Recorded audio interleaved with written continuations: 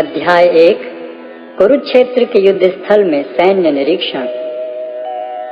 धृतराष्ट्र ने कहा, हे संजय, धर्म भूमि कुरुक्षेत्र में युद्ध की इच्छा से एकत्र हुए मेरे तथा पांडु के पुत्रों ने क्या किया? संजय ने कहा, हे राजन, पांडु पुत्रों द्वारा सेना की व्यूह रचना देखकर राजा दुर्योधन अपने गुरु के पास गया और उसने ये शब्द कहे, हे आचार्य, पांडु पुत्रों की विशाल सेना को देखें, जिसे आपके बुद्धिमान शिष्य द्रुपद के पुत्र ने इतने कौशल से व्यवस्थित किया है। इस सेना में भीम तथा अर्जुन के समान युद्ध करने वाले अनेक वीर धनुर्धर हैं, यथा महारथी युयुधान, विराट तथा द्रुपद। इनके साथ ही धृष्टकेतु, चेकितान, काशीराज, पुरुजित, कुंतीभोज तथा शैब्य जैसे महान शक्तिशाली योद्धा भी हैं। पराक्रमी युधामन्यु, अत्यंत शक्तिशाली उत्तमौजा, सुभद्रा का पुत्र तथा द्रौपदी के पुत्र, ये सभी महारथी हैं। किंतु हे ब्राह्मण श्रेष्ठ, आपकी सूचना के लिए मैं अपनी सेना के उन नायकों के विषय में बताना चाहूंगा जो मेरी सेना को संचालित करने में विशेष रूप से निपुण हैं। मेरी सेना में स्वयं आप, भीष्म, कर्ण, कृपाचार्य, अश्वत्थामा, विकर्ण तथा सोमदत्त का पुत्र भूरिश्रवा आदि हैं, जो युद्ध में सदैव विजयी रहे हैं। ऐसे अनेक वीर भी हैं जो मेरे लिए अपना जीवन त्याग करने के लिए उद्यत हैं। वे विविध प्रकार के हथियारों से सुसज्जित हैं और युद्ध विद्या में निपुण हैं। हमारी शक्ति अपरिमेय है और हम सब पितामह द्वारा भली भांति संरक्षित हैं, जबकि पांडवों की शक्ति भीम द्वारा भली भांति संरक्षित होकर भी सीमित है। अतः इस सैन्य व्यूह में अपने अपने मोर्चों पर खड़े रहकर आप सभी भीष्म पितामह को पूरी सहायता दें।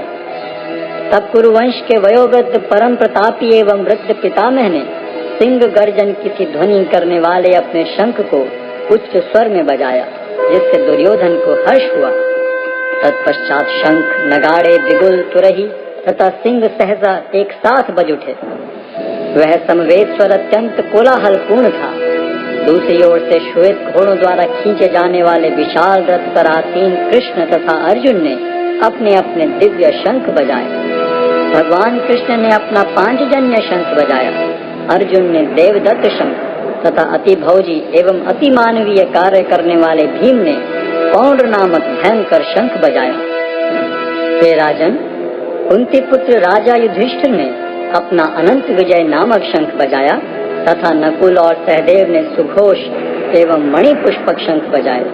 महान धनुर्धर काशीराज, परम योद्धा शिखंडी, धृष्टद्युम्न, विराट, अजय सात्यकी, द्रुपद, द्रौपदी के पुत्र तथा सुभद्रा के महाबाहु पुत्र आदि सबों ने अपने अपने शंख बजाए। इन विभिन्न शंखों की ध्वनि कोलाहल पूर्ण बन गई, जो आकाश तथा पृथ्वी को शब्दायमान करती हुई धृतराष्ट्र के पुत्रों के हृदय को विदीर्ण करने लगी। उस समय हनुमान से अंकित ध्वजा लगे रथ पर आसीन पांडु पुत्र अर्जुन अपना धनुष उठाकर तीर चलाने के लिए उद्यत हुआ। हे राजन, धृतराष्ट्र के पुत्रों को व्यूह में खड़ा देखकर अर्जुन ने श्री कृष्ण से ये वचन कहे। अर्जुन ने कहा, हे अच्युत, कृपा करके मेरा रथ दोनों सेनाओं के बीच ले चलें, जिससे मैं यहाँ उपस्थित युद्ध की अभिलाषा रखने वालों को और शस्त्रों की इस महान परीक्षा में जिनसे मुझे संघर्ष करना है उन्हें देख सकूं। मुझे उन लोगों को देखने दीजिए जो यहाँ पर धृतराष्ट्र के दुर्बुद्धि पुत्र दुर्योधन को प्रसन्न करने की इच्छा से लड़ने के लिए आए हुए हैं।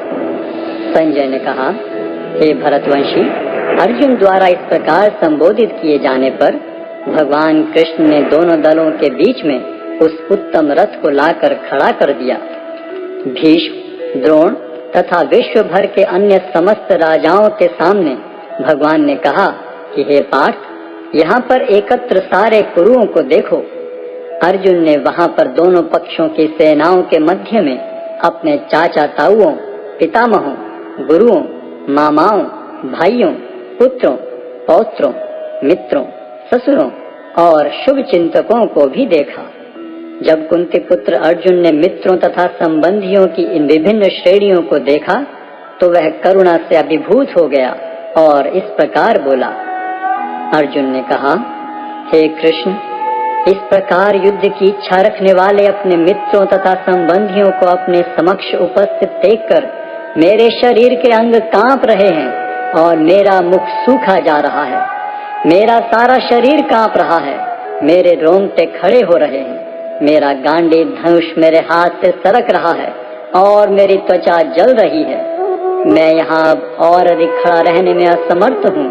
मैं अपने को भूल रहा हूँ और मेरा सिर चकरा रहा है। हे कृष्ण, मुझे तो केवल अमंगल के कारण दिख रहे हैं। हे कृष्ण, इस युद्ध में अपने ही स्वजनों का वध करने से न तो मुझे कोई अच्छाई दिखती है और न मैं उससे किसी प्रकार की विजय, राज्य या सुख की इच्छा रखता हूँ। हे गोविंद, हमें राज्य, सुख अथवा इस जीवन से क्या लाभ, क्योंकि जिन सारे लोगों के लिए हम उन्हें चाहते हैं वे ही इस युद्ध भूमि में खड़े हैं।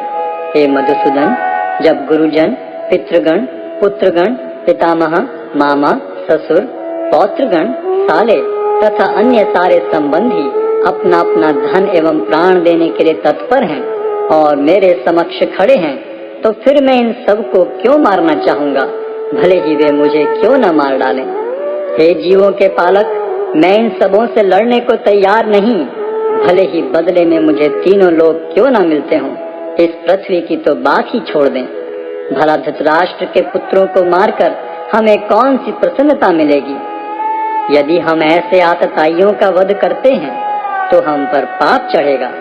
अतः यह उचित नहीं होगा कि हम धृतराष्ट्र के पुत्रों तथा उनके मित्रों का वध करें।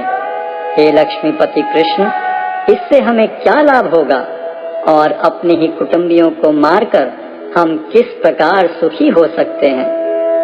हे जनार्दन, यद्यपि लोक से अभिभूत चित्त वाले ये लोग अपने परिवार को मारने या अपने मित्रों से द्रोह करने में कोई दोष नहीं देखते, किंतु हम लोग जो परिवार के विनष्ट करने में अपराध देख सकते हैं, ऐसे पाप कर्मों में क्यों प्रवृत्त हों।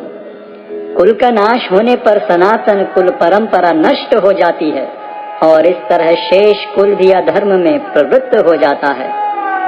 हे कृष्ण, जब कुल में अधर्म प्रमुख हो जाता है तो कुल की स्त्रियां दूषित हो जाती हैं और स्त्रीत्व के पतन से हे वृष्णिवंशी अवांछित संतानें उत्पन्न होती हैं।